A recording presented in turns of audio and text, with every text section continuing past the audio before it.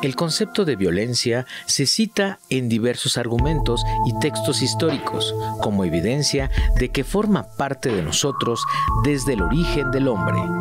Se habla de algunas visiones cosmogónicas que pretenden establecer una realidad, ayudando a construir la percepción del espacio, origen y destino de la humanidad, donde el universo fue creado por deidades de la naturaleza y a su vez destruidas por sus debilidades, trayendo así la caída de los imperios.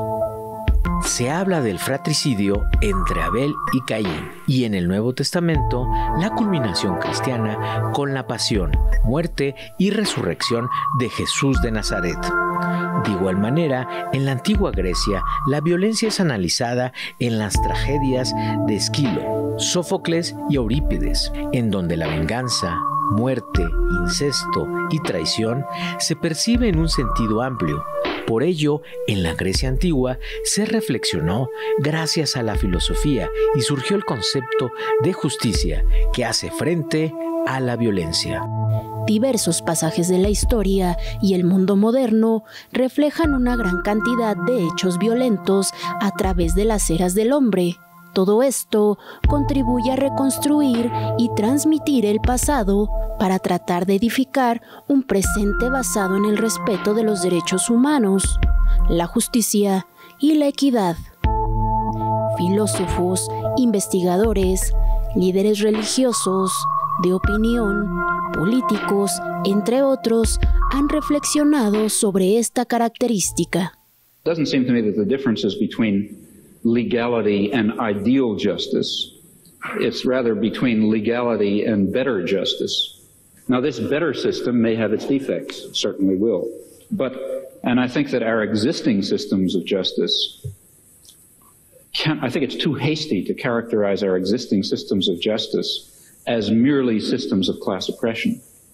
I don't think that they are that. I think that they embody systems of class oppression, and they embody elements of other kinds of oppression, but they also embody a kind of a groping towards the true humanly valuable concept of justice and decency and love and kindness and sympathy and so on, which I think are real. Von Auschwitz erfuhr. Wann war das? Das war 1943 und erst haben wir es nicht geglaubt. Obwohl mein Mann und ich eigentlich immer sagten, wir trauen der Bande alles zu. Dies haben wir nicht geglaubt, auch weil es ja gegen alle militärischen. Dann haben wir es ein halbes Jahr später doch geglaubt, weil es uns bewiesen wurde. Und das ist der eigentliche Schock gewesen. Wissen Sie, vorher hat man sich gesagt, ja, man hat halt Feinde in der Welt. Nicht? Das ist doch ganz natürlich. Warum soll ein Volk keine Feinde haben? Das ist eine Bande. Ja, alles möglich. Aber dies ist anders gewesen. Das war wirklich, als ob der Abgrund sich öffnet. Weil dies hätte nie geschehen dürfen, wie ich immer sage. Nicht? Und damit meine ich nicht die Zahl der Opfer, sondern ich meine die Fabrikation der Leichen und so weiter. Ich brauche mich ja darauf nicht weiter einzulassen. Dieses hätte nicht geschehen dürfen. Da ist irgendetwas passiert, womit wir alle nicht mehr fertig werden. So some report one human being killed by elephant or tiger, which is a little bit very unfortunate. But then human being killing by human being is more or less now normal news. Very unfortunate. And violence, what is the value of violence? Firstly, destroy our own peace of mind. And then immediately, you say, destroy peace within your own family and your own community. So immense violence took place in 20th century. Es imprescindible defender que una cultura del reconocimiento mutuo no puede construirse en base a la violencia y destrucción que termina cobrándose vidas humanas. No se puede pedir reconocimiento aniquilando al otro. Un año bastante siniestro para mi vida realmente. El año 75 yo estuve prohibida, yo tuve problemas en Tucumán para cantar. En el 75 también estuve amenazada de muerte cuando estaba en el Teatro Estrella. Es muy doloroso cuando la gente lleva a un artista, pero más doloroso todavía es cuando llevan al público. Porque el público no paga una entrada para entrar en una celda. Me viene a decir en la carta que en mi patria no hay justicia.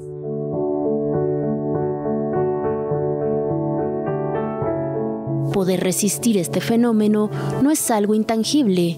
En la historia moderna, algunos pasajes hacen alusión a la defensa contra la violencia, como Mahatma Gandhi o Alma Grande, que inició su movimiento de no violencia basado en motivos religiosos, por los derechos civiles y el cambio social, económico y político.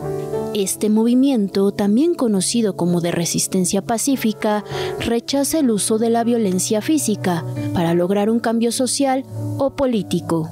Otros defensores de este movimiento son Nelson Mandela, que fue líder del movimiento anti-apartheid, y su lucha pacífica no se detuvo durante los 27 años que pasó en la cárcel. Tras su liberación, se convirtió en el primer presidente de Sudáfrica elegido mediante sufragio universal. O la activista Rigoberta Menchú, que recibió en 1992 el Premio Nobel de la Paz por desarrollar diversas iniciativas y estrategias para fortalecer los derechos humanos y responder a las demandas de los pueblos originarios de Mesoamérica en el área educativa.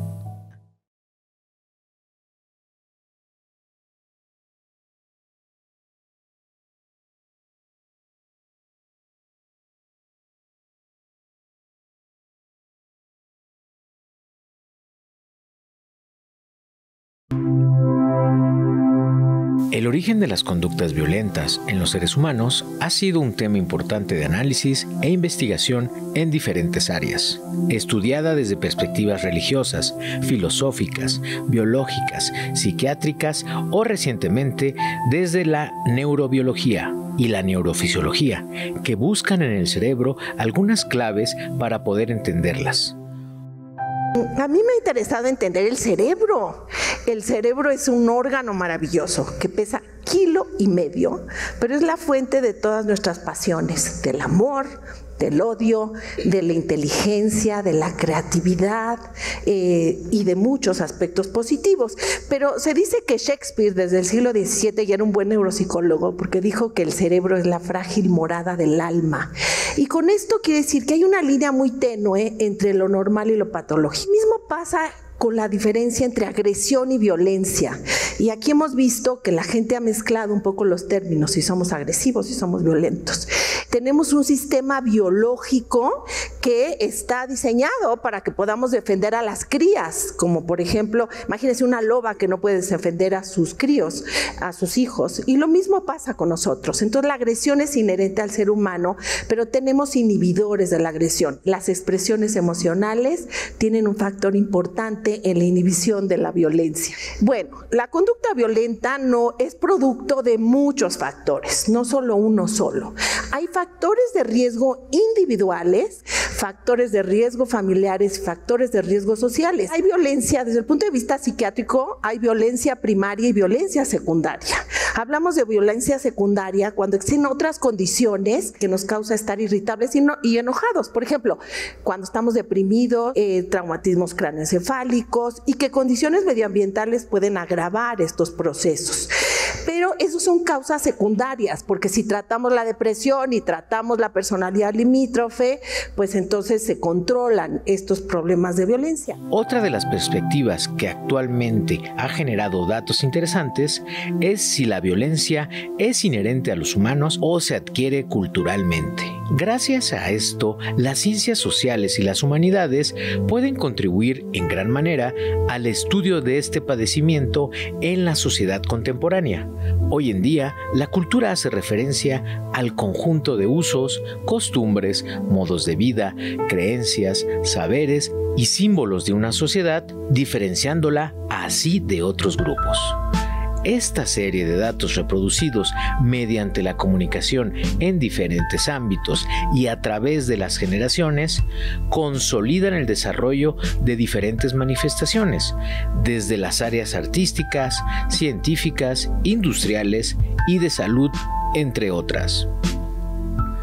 De acuerdo con la Organización Mundial de la Salud, OMS, la violencia es una de las principales causas de muerte a nivel mundial para las personas de entre 15 y 44 años, y por cada persona fallecida como resultado de la violencia extrema, existen muchas otras que padecen consecuencias derivadas de la violencia física o psicológica en forma de abuso, maltrato o intimidación infantil, violencia doméstica y de género, acoso laboral y discriminación social. La conducta violenta puede ser un medio para conseguir determinados objetivos cuando no somos capaces de lograrlos por otros métodos. Cuando hemos aguantado demasiado y reaccionamos por algo sin importancia, en realidad reaccionamos a todo lo que nos ha ocurrido previamente. Como nuestra reacción se considera desmesurada, tenderemos a reprimirnos y a aguantar más. En consecuencia, nuestra siguiente reacción violenta será mayor y seguiremos en ese círculo vicioso. Para salir de ese círculo vicioso, el camino no es aguantar más, sino poder reaccionar de forma inmediata a los problemas y frustraciones. Según estos, el juicio de intenciones es la causa más frecuente que nos puede llevar a tener reacciones violentas, desmesuradas y desproporcionadas. A su vez, los trastornos psicológicos son las causas más comunes del comportamiento agresivo. Si bien cualquiera de estos trastornos puede causar agresión, los más frecuentes son la depresión, el trastorno bipolar, la esquizofrenia, el trastorno por déficit de la atención con hiperactividad, el trastorno límite de la personalidad y el trastorno por estrés postraumático. El maltrato psicológico, como hostigar, intimidar y humillar, puede ser difícil de detectar porque no deja marcas o cicatrices visibles.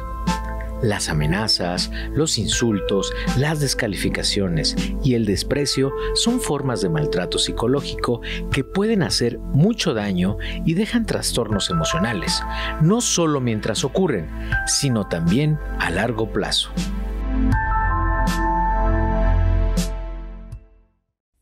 La violencia es un acto concreto de un sujeto o grupo que busca producir daño a un blanco determinado. Esto también puede describirse bajo la óptica de la historia cultural. Si queremos comprenderla para tratar de reparar el tejido social mediante la conciencia, inteligencia, dialéctica y reconciliación. El concepto cultura de la violencia es un término que día tras día se posiciona a mayor escala dentro del estilo de vida contemporáneo de los individuos y grupos sociales, ya que, debido a un ritmo de vida líquido y crisis global, es indudable que vivimos una era más agresiva y hostil, por el impacto que los hechos tienen tanto en el ámbito real, presencial, recrudecido en ciertos sectores y hasta por la influencia de las nuevas tecnologías. Este fenómeno es multifactorial, pues en ella influyen diversos elementos biológicos y psicológicos, pero también sociales, y puede comenzar desde la infancia. Estudios recientes apuntan que los aspectos sociales, económicos, políticos, con un mayor contexto asistencial, son igual de determinantes que los biológicos para construir un entorno sano. A escala individual, la preservación de la salud, el combate ante las enfermedades, afrontar la vida, así como la muerte, la desigualdad, pobreza, las adicciones o los trastornos mentales, hacen que nuestras acciones puestas en práctica busquen crear un ambiente más humanista. Bajo el concepto de violencia cultural se intenta comprender todas las facetas culturales que de una u otra forma apoyan o justifican las realidades y prácticas de la violencia. Si la violencia directa es generada desde el propio agresor y la violencia estructural está organizada desde el mismo sistema, la violencia cultural lo hace desde las ideas, las normas como aceptación natural de las situaciones provocadas por ella. Es decir, todo aquello que en definitiva, desde la cultura, legitime y promueva la violencia de cualquier origen o signo. La cultura como conjunto de usos y costumbres propias de cada sociedad intenta justificar y dar coherencia a todas las actuaciones que las personas llevan a cabo. Favorece la integración entre ellas, con otros grupos, comunidades, y también el conjunto de la humanidad con la naturaleza y el universo. Por lo tanto, las culturas han tenido que integrar los conflictos, justificando y hasta promoviendo así la acción violenta en un determinado sentido. En este sentido, actúa en todos los ámbitos de la cultura: ética, religión, moral, leyes, ciencia, filosofía, literatura, arte, etc. Por ejemplo, ciertos discursos sociales y políticos se convierten en justificadores de formas de explotación o marginación, la palabrería, propaganda y manipulación de las ideas para perpetrar con éxito el adoctrinamiento generalizado. En el mundo contemporáneo, las realidades de la violencia son cada vez más complejas. No solamente extienden su presencia a todas las escalas de las actividades humanas, individuos, familias, grupos, ciudades, regiones, países o todo el planeta, sino que se adaptan a las nuevas formas: colonialismo, imperialismo y la globalización. Es así que las estructuras deben tener en cuenta el respeto de los derechos humanos, la justicia y la equidad, que permitan un desarrollo sostenible y autocentrado. También los intentos de imponer modelos culturales universales o un llamado pensamiento único niegan el valor actual y estratégico de la interculturalidad.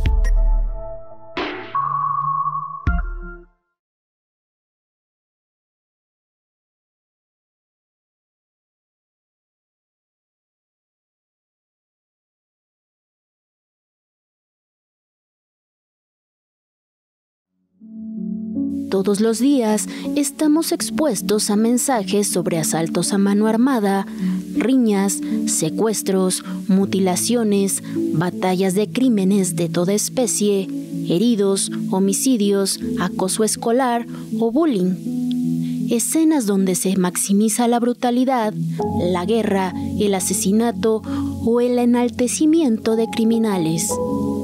Por ello nos preguntamos si esto nos conduce a la aceptación de un estilo de vida donde aprobamos estas acciones como algo inevitable gracias a la normalización. Por esta razón, existe preocupación por la forma en que los medios y las nuevas tecnologías manejan la violencia, desde los medios de comunicación tradicional como la prensa, radio, cine, televisión, hasta hoy en día con los videojuegos e internet. La violencia la entendemos como un elemento que está transgrediendo un orden en el cual nos movemos y estamos nosotros incluidos, y al momento de estarla realizando, rompemos ese pacto social, ¿no? Entonces, visto desde la perspectiva de las ciencias sociales, vemos que la violencia es un elemento ajeno y que puede romper esos pactos, y por lo tanto las expresiones que vemos con elementos podrían ser la representación de la guerra, la representación de la violencia, etcétera, son elementos que nosotros ya conocemos, que son parte de nuestra vida cotidiana y simplemente están siendo reflejados, no tanto siendo apologizados, sino más bien como una manera crítica, ¿no? Para algunos especialistas, los medios solo son un reflejo de la violencia social y estructural que provoca que los individuos asimilen esta conducta como un camino necesario.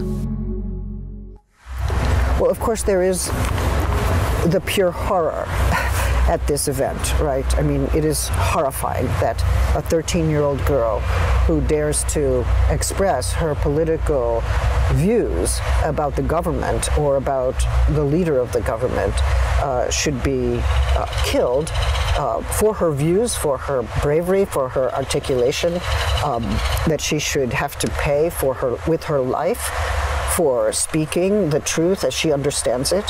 So my first response, of course, is horror. And then I want to say this.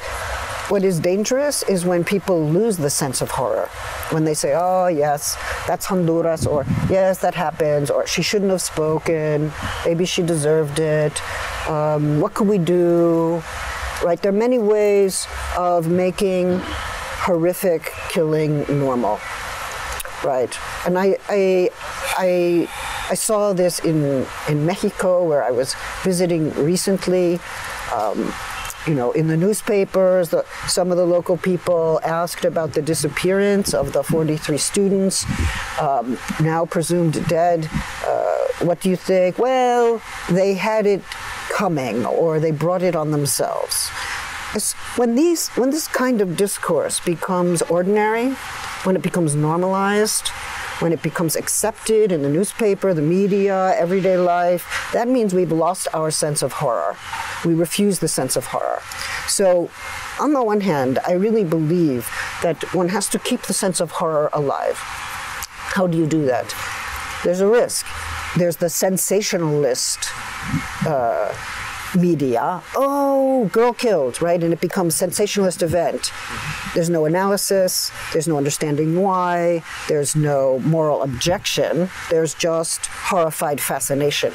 So we want our horror to lead to ethical and political analysis and intervention, but we don't want it to become sensationalized horror, right? It seems to me that's a very important distinction.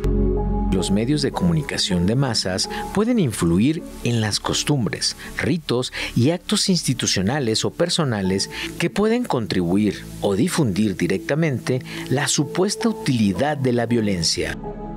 Así, estamos expuestos a las propuestas que incluyen discriminaciones por razones de creencias, religión, sexo, color de la piel u otras diferencias físicas. La mayoría de los medios han dejado de lado su función social y han dado prioridad a la comercial, la cual genera ganancias exorbitantes para ciertos monopolios y la cual busca mayores audiencias al costo que sea necesario. Algunos autores han prestado especial atención en los símbolos como elemento central en la construcción de nuestro lenguaje. En consecuencia, podríamos hablar de una violencia simbólica como la elaboración más abstracta de las discriminaciones. Son muestra evidente de que el objetivo, antes que informar a nivel cognitivo, es excitar en el plano afectivo. Se trata de una de las principales manifestaciones de la tendencia de los medios en cuanto a mostrar las emociones humanas en toda su crudeza: agresividad, angustia, desesperación, soledad e insatisfacción, mediante la normalización del dolor y la tragedia humana. Se ha insistido en que el bombardeo que se hace al público puede ocasionar actitudes de miedo, pasividad o agresión. I guess I would also just say the following. You know, I've written on the play of Sophocles, Antigone, and that play starts with Creon, the king, leaving the body of Polynices, his nephew, on the ground, unburied, just exposed on the street. Why does he do that? Well, he doesn't believe that this nephew who opposed him should should have a proper burial. But also, what is he doing politically? He's making a spectacle of the deaf.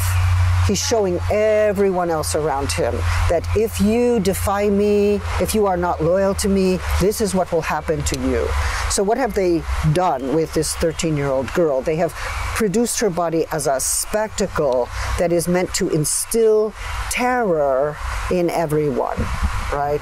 So, and once that happens, once people become effectively terrorized, they will not be able to move forward, they will not be able to speak, they will not be able to say politically what they think is true. They are denied the capacity to exercise the right of speech, the right to free speech, which is a fundamental democratic right. So, on the one hand, we have the brutal and horrifying killing of a young girl. On the other hand, we have an attack on democracy. El momento actual puede ser determinante para la creación de una nueva cultura en los espectadores, que genere una presión significativa en términos de la exigencia de productos comunicativos de mayor calidad. Un trabajo que persevere por una nueva y mejor programación, calidad de contenidos, así como por una legislación en medios tradicionales e Internet, diseñando estrategias que defiendan el respeto a las audiencias y que fomenten estrategias pedagógicas y críticas que contribuyan a la formación integral de las personas. La violencia, por supuesto, que está presente en los juegos de video. Es uno de los factores que atraen muchísimo y los videojuegos desde el 93 han sido clasificados justamente por el nivel de violencia dada esa misma condición. Ahora bien, existen múltiples tipos de violencia en la condición humana. No podemos pensar solamente que existe una forma de violencia directamente relacionada con las agresiones y la violencia física. La especie humana tiene múltiples pulsiones en su propia condición humana. Cuando hay problemas en la sociedad, por ejemplo, cuando hay un tiroteo en una escuela en Estados Unidos, por ejemplo, o en México, como los que se han dado en Torreón, encontramos que el primer responsable en términos directos son los videojuegos. Ellos instaron a que la gente se volviera violenta y agrediera a las demás personas que hay en su entorno. Lo cierto es que hay múltiples etiologías, hay múltiples causas por las cuales una persona decide tomar un arma y apuntarle a sus compañeros en la escuela. Actualmente sobre los videojuegos hay una legislación que prácticamente copió el esquema de la Entertainment Software Rating Board de Estados Unidos, la ESRB, que bueno, da una clasificación de videojuegos de acuerdo a su nivel de violencia, y en ese sentido pues, se hizo un trabajo aquí de nada más traducir lo que era el inglés, por ejemplo, un everyone con la letra E a un A, apto para todo público, pero aún así la legislación y el trabajo que se ha hecho en materia de regular contenidos de videojuegos y sobre todo ahora que todos o gran mayoría de ellos se juegan en la web, es nulo, ¿no? O sea, prácticamente se puede hacer lo que sea y todo queda en el plano de la autorregulación de empresas que permiten o no publicar los contenidos. Diversas iniciativas y foros de discusión se han realizado para analizar la situación de los gobiernos y los medios de comunicación, incluyendo Internet, y la actualización de su marco jurídico. Esto para fomentar una legislación ante los avances tecnológicos, el contenido en programación, información, imágenes, entre otros temas, siendo la ética el propósito mayor. Algunos países de la Unión Europea, Canadá o Japón han propuesto diversos mecanismos de autocontrol, códigos de ética y defensa del espectador. El principal reto para lograr un avance es la dificultad para establecer criterios objetivos en términos de lo que es violencia injustificada o excesiva, así como para clasificar el tipo de contenidos. Existen contrapuntos en estas acciones, ya que algunos sectores se defienden con el argumento de los riesgos de la censura contra la libertad de expresión. Asimismo, existen otros intentos y propuestas alternas para desarrollar códigos de ética. Estas plantean una ética de la recepción audiovisual, lo que podría servir como base para elaborar políticas con otro tipo de orientación.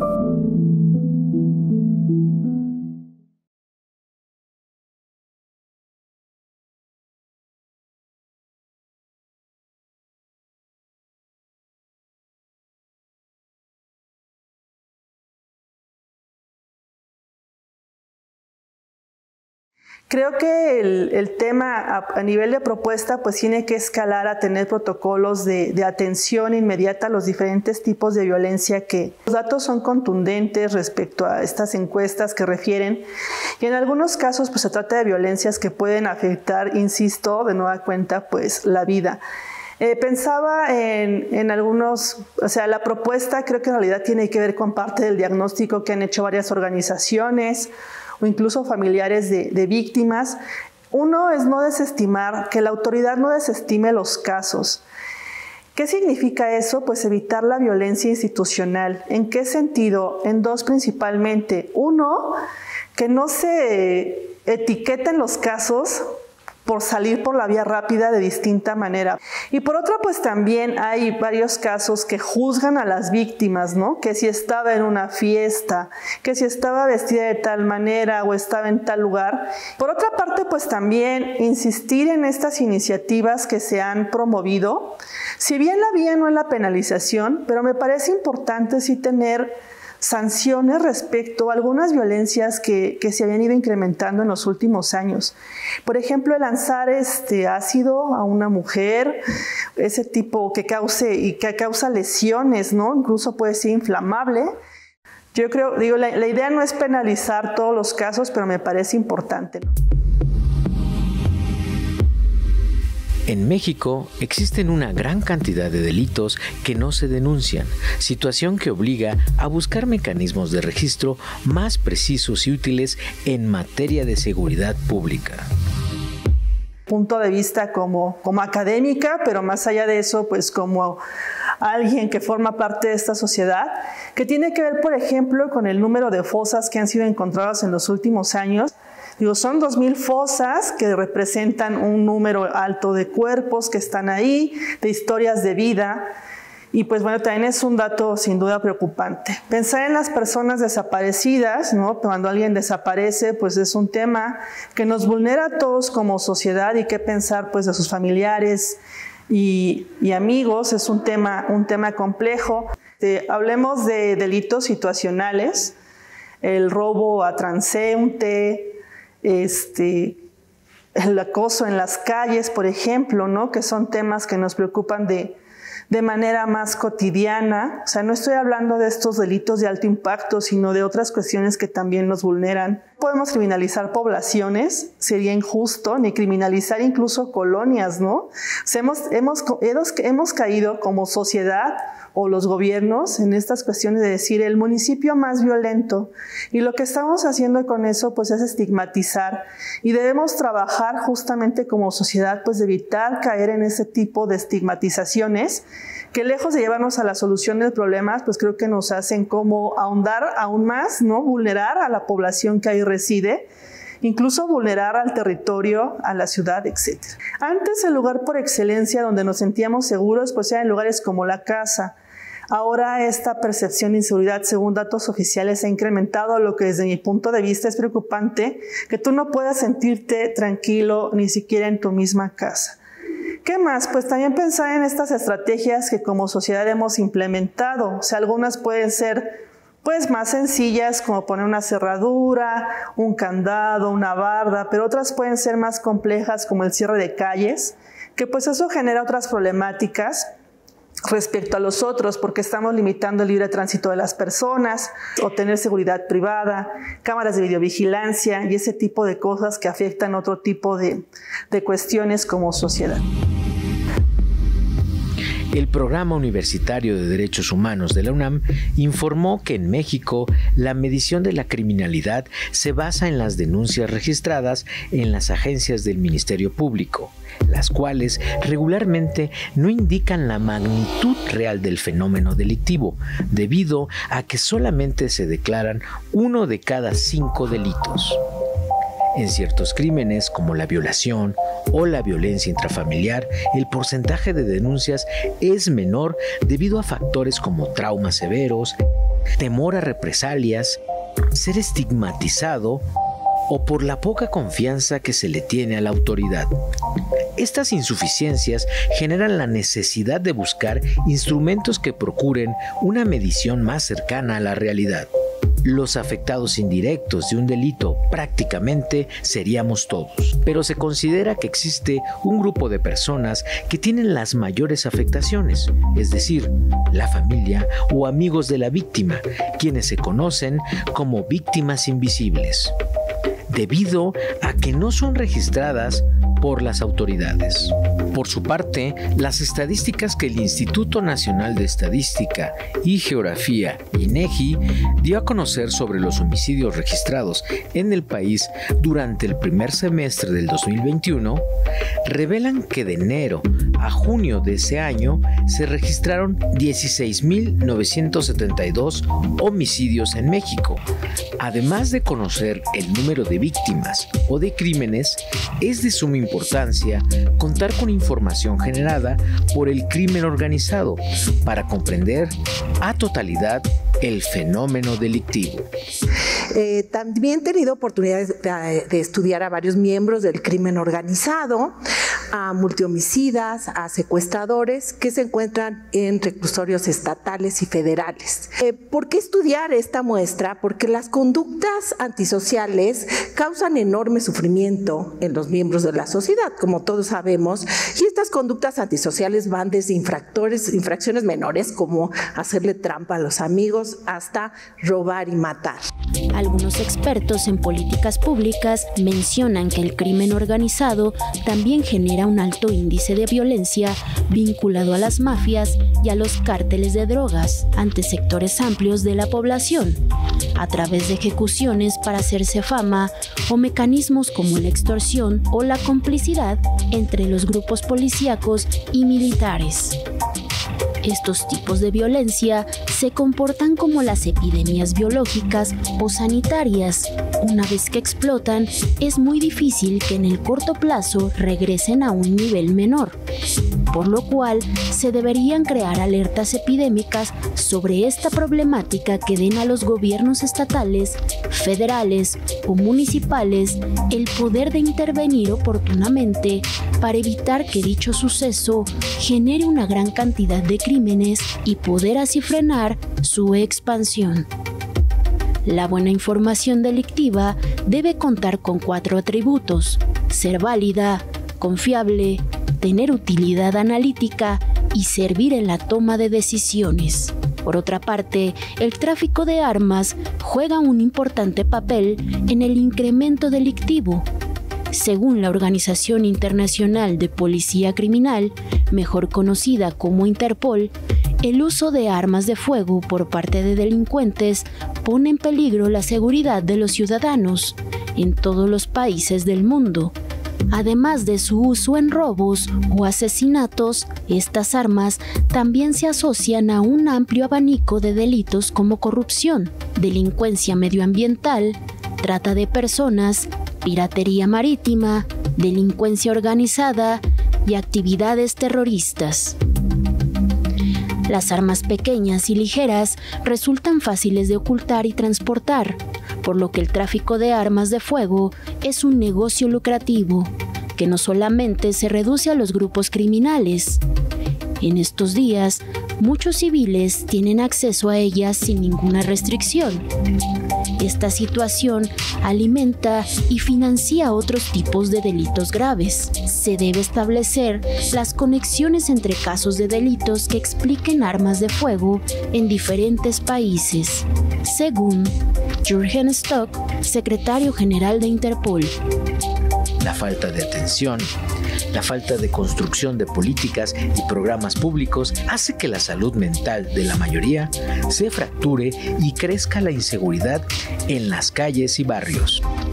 La salud mental de las comunidades debe atenderse definitivamente para que éstas puedan volverse productivas otra vez y aprovechen las intervenciones que se hacen para su desarrollo. Si la comunidad no está sana para poder aprovechar estas intervenciones, su desarrollo será bajo. El estrés postraumático que las personas o colectividad pueden presentar después de una situación violenta puede generar conflictos porque el estrés postraumático es muy incapacitante y se necesita atención especializada. Las personas no pueden hacer sus actividades diarias, les cuesta mucho. lo cual también es causa de depresión y muchísimas pérdidas en diversas áreas. Yo no me atrevería a hablar como en términos de gobernabilidad. Me parece que hay problemas estructurales en este país que no solamente atañen a la política pública de seguridad, sino también a otras políticas. Tenemos políticas sexenales y difícilmente hay cuestiones que logren como pasar de un sexenio a otro. Digo, ya que hablamos de lo bueno, de lo rescatable, pero también hay una serie de inercias institucionales, si me permiten decirlo así, de cosas que vienen funcionando. Y me parece que ahora pues tenemos algunos cambios importantes que también ahí en torno a eso girarían mis propuestas. Una de las principales pues es como enfocalizar a nivel local. Insisto en el trabajo tan importante que ha sido por parte de los gobiernos locales, la misma sociedad que trabaja por el bienestar de sus comunidades, y estos son esfuerzos locales que me parece han sido muchísimo más importantes que para mejorar la calidad de vida de espacios acotados. Se ha propuesto militarizar al país. La propuesta es que al 2028 pues tengamos a los militares en la calle. Es un tema discutible, ¿no? Se ha discutido en distintos espacios. Y a mí particularmente lo que me preocupa pues es como todos estos esfuerzos que se han realizado para poder tener una seguridad civil, seguridad ciudadana. O sea, por un lado apelamos a esta seguridad ciudadana que en el cotidiano pues nos pueda brindar una calidad de vida, y por otro lado pues tenemos que recurrir a este tipo de estrategias. En cuanto a la seguridad pública, según el Centro Regional de Investigaciones Multidisciplinarias, algunas propuestas académicas para fortalecer esta importante función del Estado anuncian atender los distintos factores generadores de la violencia e intervenir en las fases más tempranas. Se debe poner atención a los aspectos tanto objetivos como subjetivos de la violencia. Esto abarca la percepción de la gente y cómo son afectados por la inseguridad. Construir un enfoque de seguridad ciudadana implica involucrar a la propia población en los procesos y propuestas sobre la violencia, fomentar la participación para que puedan identificar y reconocer los principales problemas que afectan a sus contextos locales, y así se empiecen a gestionar soluciones directas con el apoyo de las autoridades comprometidas con su deber y no con la corrupción. La recopilación de evidencia ayuda a construir el diseño de medidas con aportaciones de la misma gente, tomando en cuenta los recursos que se tienen para posteriormente hacer una evaluación de resultados. Medidas diseñadas acorde a los contextos de la localidad.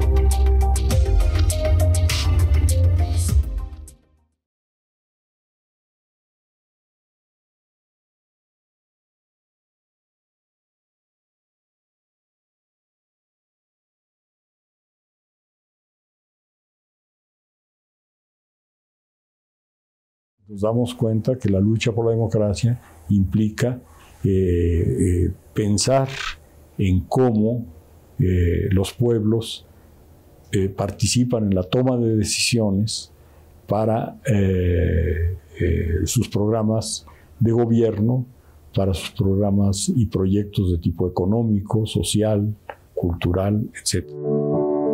El rumbo que las políticas públicas debe poseer es aquel con un objetivo significativo para el combate de este fenómeno. Investigaciones originadas desde el punto de vista antropológico formulan hipótesis en donde la naturaleza humana no es irremediablemente violenta, sino que la paz es un proceso dinámico realizable. En sus investigaciones señalan que ciertas sociedades pacifistas se pueden afirmar mediante las siguientes características: una visión de grupo con reglas, ética, valores, actitudes y prácticas institucionales porque permiten un mínimo de armonía interpersonal.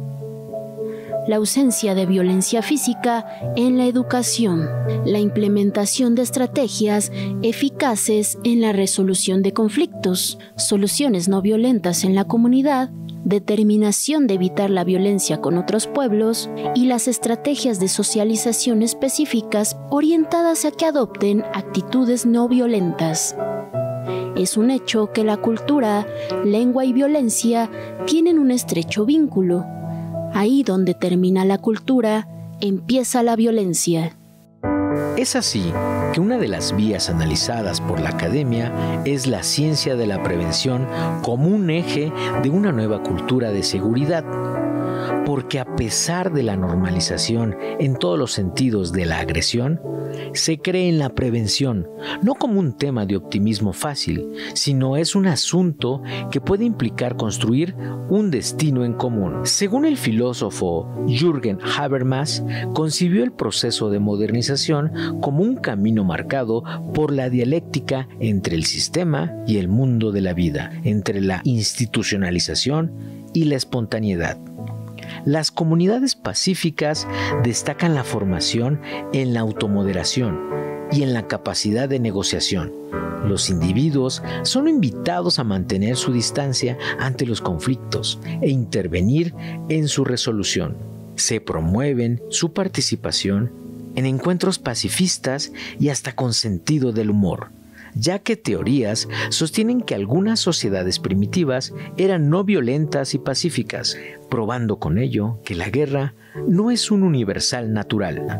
Muchas corrientes contemporáneas de la investigación conceden una importancia esencial al lenguaje en la construcción de la cultura, ya que se relaciona e induce las formas de pensar y de actuar. Desde esta perspectiva, debemos concederle gran importancia tanto a la promoción de una cultura de la paz, plural e integradora, como a la desconstrucción de la violencia cultural. Los seres humanos estamos enfrentando diversos retos ante las demandas de la globalización. La construcción de una sociedad del conocimiento tiene por objetivo reflexionar sobre la producción, contenido, aplicación, alcance y transmisión del mismo, así como sus convergencias y divergencias de igual manera. El conocimiento es sin lugar a dudas un universal antropológico, es decir, una capacidad que poseen los seres humanos como especie. La acción de los seres humanos se basa en el conocimiento, por tanto, este es un componente fundamental de cualquier sociedad y siempre está presente, incluso en las relaciones sociales más sencillas. Al hablar de innovación de esta transmisión, se tocan temas recientes, aún estudiados y analizados, como la pedagogía contemporánea o la idea de la planetarización de la educación, en donde los involucrados se reconocen no solo como miembros de la sociedad, sino como ciudadanos del mundo entero, y hasta la gestión documental de información y del conocimiento. Muchas veces, determinadas teorías o enfoques emergentes no necesariamente conllevan a una sustitución de estas. Son aspectos nuevos que pueden coexistir o complementar con enfoques anteriores. Otra alternativa para poder redefinir el curso de la construcción del conocimiento que marca la cultura es la del enfoque holístico de la gestión del conocimiento. De acuerdo con el diccionario de la Real Academia Española, la palabra holístico pertenece a una doctrina que promueve la concepción de cada realidad como un todo. Gestionar el conocimiento, los contenidos a los que estamos expuestos desde un enfoque holístico, tiene que ver con gestionarlos de manera integral, constructiva y cíclica. De manera integral porque considera al individuo, su experiencia, las tecnologías y los procesos como un todo de manera constructiva, porque persigue un fin benéfico, y de manera cíclica, porque implica una serie de actividades continuas para que el conocimiento se capture, se aprenda, se difunda y sobre todo se aplique, y así generar más conocimientos que fomenten cambios, innovación y mejoras continuas. Así entonces, cuando hablamos de la gestión del conocimiento, funcionalmente se abarcan las áreas de aprendizaje y desarrollo organizacional, recursos humanos y tecnologías de la información, es decir, personas, procesos, tecnología, liderazgo y cultura organizacional. La nueva universidad no es solo un proyecto, es una realidad. Empezó a perfilarse más o menos hace 30 años, tras los habituales antecedentes de todo fenómeno complejo. En tan amplio marco histórico-social apareció la nueva universidad, con nuevos medios de enseñanza y nuevos métodos de organización y de trabajo asociados a la computación, a los sistemas autorregulados que aprenden. La nueva universidad emergió con nuevos tipos de docencia, investigación y difusión funcionales al orden existente, o porque perfeccionan sus técnicas como ciencia, o porque lo legitiman como humanismo.